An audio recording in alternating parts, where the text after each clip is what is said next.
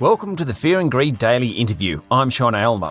It'll come as no surprise to find that business confidence has taken a hit, with COVID cases surging and Sydney in lockdown. National Australia Bank's monthly business survey for June was released yesterday, confirming that New South Wales and Queensland both experienced a decline in confidence. The survey coincided with the first part of the Sydney lockdown, as well as state borders closing and COVID cases in Queensland, Western Australia and Northern Territory. I wanted to look at the findings in more detail and see what it means for the broader economy. Oster is the NAB Group Chief Economist. Alan, welcome back to Fear and Greed. Thanks, Sean. How big were the drops in business confidence? Look, they're fairly large in the sense that the index that we had was plus 20 and it fell to plus 11. However, in context, the long run average is about plus 5. So it's still okay. It's just that one of the things you did see was a really big drop in confidence in New South Wales. It fell about 18 points to 5. And also what you saw is what we call recreation personal services. So think hospitality. That was a really big fall as well. So based on long-term averages, businesses are still reasonable. Things are still okay. Yeah, okay. Yeah, and it was interesting because when you look at New South Wales, the other thing you saw was business outcomes, or what we call business conditions, didn't change. So you did get this really different reaction, and it's worth actually contrasting that to Victoria. Yeah. So the first half of June, Victoria was actually locked down, and so business outcomes in Victoria for June were pretty poor. But by I think it was about the 11th of June, then Victoria got out of it, and confidence went through the roof. So you do get these sort of short-term impacts, provided that the lockdowns don't last too long. What you typically find is you come out the other side pretty good. Is there a rule of thumb of how long you don't want a lockdown to last before it actually really does make a real impact on the economy?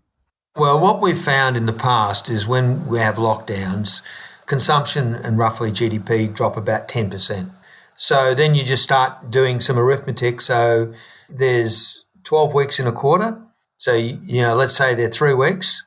Then you take that 3 out of 12, multiply it by minus 10, yep, and you get roughly the impact of the fall in, say, New South Wales, and then you multiply it by about 0.35, which is essentially the size of New South Wales relative to the rest of Australia, and you get a drop of about a 0.7. But it depends on how long it lasts. So if it's going to last a couple of months, well, what had happened in Melbourne last year, then it really can have a big impact. The other issue that I think is important to think about now is this is occurring at a time when essentially there's no JobKeeper. Now, I know the government talks about helping out, etc. They're not putting JobKeeper back. And we have seen in Victoria, in our own internal data, some signs that maybe the unemployment rate in Victoria has moved up a bit, and that maybe some firms, it's sort of like the straw that broke the camel's back. So that's the other one you've got to watch. Okay, so the actual index itself has a number of different measures in it. Yeah. What are the ones that are of most interest in, particularly with relation to New South Wales, but the general national economy? Well, I always think the one that is the most important as a leading indicator of where the economy is going is forward orders. And then also business conditions is much more reliable than business confidence that, can be bounced up and bounced down really quickly. Yeah. But if you talk about business conditions, they were incredibly high at 36 and they're now 24. And forward orders was 25 and is now 17. So again, all of these measures are above long run average.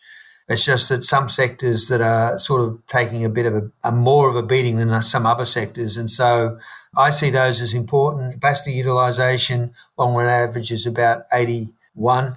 It's currently around about 83, but it was 85. So those sort of indicators do tend to tell you that the momentum of the economy has started to slow, but it's still doing okay. So I look through that survey and I say, well, provided that you don't get a lot of spread and a really long lockdown, the economy overall is still going to be pretty strong. So we still think GDP in this calendar year will probably be up around 5%. We think unemployment will probably go sideways for a little while, but then by the end of the year, maybe 4.8. And then I think the economy in the next couple of years sort of slows a bit, but still okay. And so we have growth of around 2 and a bit towards 2023, and we have an unemployment rate in the low fours, like 4.2 by the end of it. You've been watching the economy for a long time, Alan. Yeah. Has it surprised you exactly what's happened in the last 12 months? Sure has. The extent of the decline last year was petrifying. It's just awful. And the extent of the bounce back was amazing. So, we've had one of the biggest Vs of all time. Sure, we're doing a lot better than offshore, but it's clearly the worst recession we've had outside of the Great Depression. But in some ways, it's not really a recession. It's sort of a lockdown associated with health. So when the economy then turns around, I think you've got to say government's done really well. Yep. I won't say they've done really well in the vaccine rollout, but but they have done really well in keeping the economy pretty well. And I think from a longer term perspective, once we reopen and we get our vaccines, etc., I think a lot of people will say, well, Australia didn't have the damage that a lot of other countries had. It's a good place to employ, good place to invest, good place to live. So I think the economy in the medium term is still going to be pretty good. What about the Reserve Bank's performance? They're almost our regulator, so I don't say a lot about that. Look, we love them. We think they've done a tremendous job. Yeah. All right. Look, I think their growth forecasts are too optimistic. So we're 5, but they're a lot higher than that. I can see why they aren't going to increase rates anytime for a really long time. So we're one of the few houses or other people coming back to us that have basically still got 2024 as the first increase in interest rates. And there's 2 fundamental reasons for that. Sure, we can see wages picking up in the short term. We can see inflation being higher in the short term, but it's not permanent. And to basically get inflation up, you need wages probably around 4, maybe 4.2 might start it. And so that's not until late 23. And the Reserve Bank has always been what they call a forward-looking inflation targeter. It's not anymore. It's saying for the last 4 or 5 years, we've been aiming for 2.5 and we've never got it above 2. So this time we're going to wait until we actually see the runs on the board. And so if they're doing that, they're probably waiting to 24. And so I basically don't have a problem that they're throwing the kitchen sink, if you like, at the economy.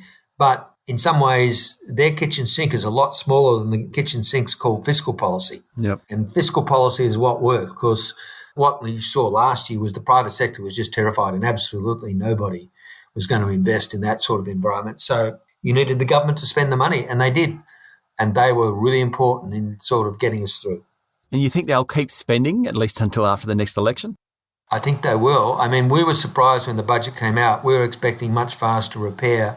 And basically anything that the economy gave them in terms of better outcomes, they spent. Yeah. So, you're going to have deficits for ages. And also their trajectory that they've talked about does not include the election campaign. And I can't believe the government's going to go to an election campaign and not spend any money. Yeah. Stay with me, Alan. We'll be back in a minute. My guest this morning is NAB Group Chief Economist, Alan Oster. Another thing that you've spoken about recently was house prices, and you're quite optimistic in terms of what house prices will do in the next couple of years. Yeah, we have. I mean, 12 months ago, we were terrified. Why? Because population growth was going to halve, basically, and we were worried about really high levels of unemployment. Unemployment's now below where we were when the virus came along, and we expect it to go lower. But more importantly, 2 things: people working from home. So I'm not optimistic about CBD apartments and places like that.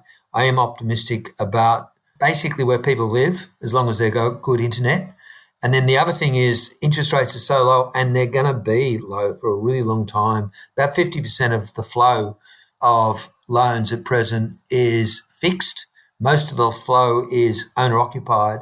And what the dynamic that's really different is, if you look at a property these days, you can either buy it or rent it, and it's actually cheaper to buy it and mortgage it. Yeah, right. And that's really, really unusual. And so that's why we see a lot of owner-occupiers driving everything. It's not a house price boom that's driven by credit. And so you don't see a lot of investors, you see no foreigners. And so therefore I can see, well, based on what we've already got, we've got something like the best part of 20% this year, and then something more like 3 to 5 in the next couple of years. So you put that together, you get close to 30% over 3 years. But the big adjustment has been recently. And so don't expect your house prices to go another 10% each year for the next 3 years. They will not. Essentially, affordability will cause problems. And if the house prices keep going at their current rate, not so much the Reserve Bank on interest rates, but macroprudential tools will come in. In other words, things like you need a much larger deposit to get a loan out of a bank, or they have what they call debt to income ratios,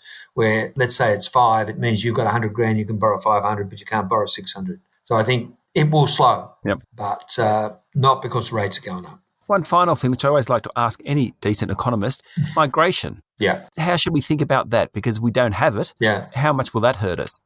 It hurts us in some ways, in some sectors. And so you see it in the CBDs, you see it in anything that's got international tourism. But one thing to remember is for every foreigner who's not coming here, there's 3 Aussies who are not going over there. And so in the short term, actually, it doesn't hurt us. It changes the distribution. What hurts us is through the education system, because the students actually also come in and spend money. But in the short term, what tends to happen is people either stay within the state and spend it there, or if it's too hard and you got rings of steel like we had in Melbourne, 6 months ago, you spend it in the shops. So I think it affects the distribution. I'm not sure it affects the overall GDP, but in the short term, it might mean that there's less people available and therefore wages might go up and unemployment might come down a bit quicker than you would previously expect, but it's not permanent. Do we ever get back to normal, do you think? I would hope so. But I think you need a vaccine that works and everybody agrees with it, and then we start thinking about it. But I do think there's a big adjustment process in CBDs. I'm not sure you'll ever get people working 5 days a week all the time in the CBD going forward. I just don't see that. Alan, thanks for talking to Fear and Greed. Thank you, Sean. That was Alan Oster, National Australia Bank Group Chief Economist. This is a Fear and Greed Daily interview. Join me every morning for the full Fear and Greed podcast with all the business news you need to know. I'm Sean Aylmer. Enjoy your day.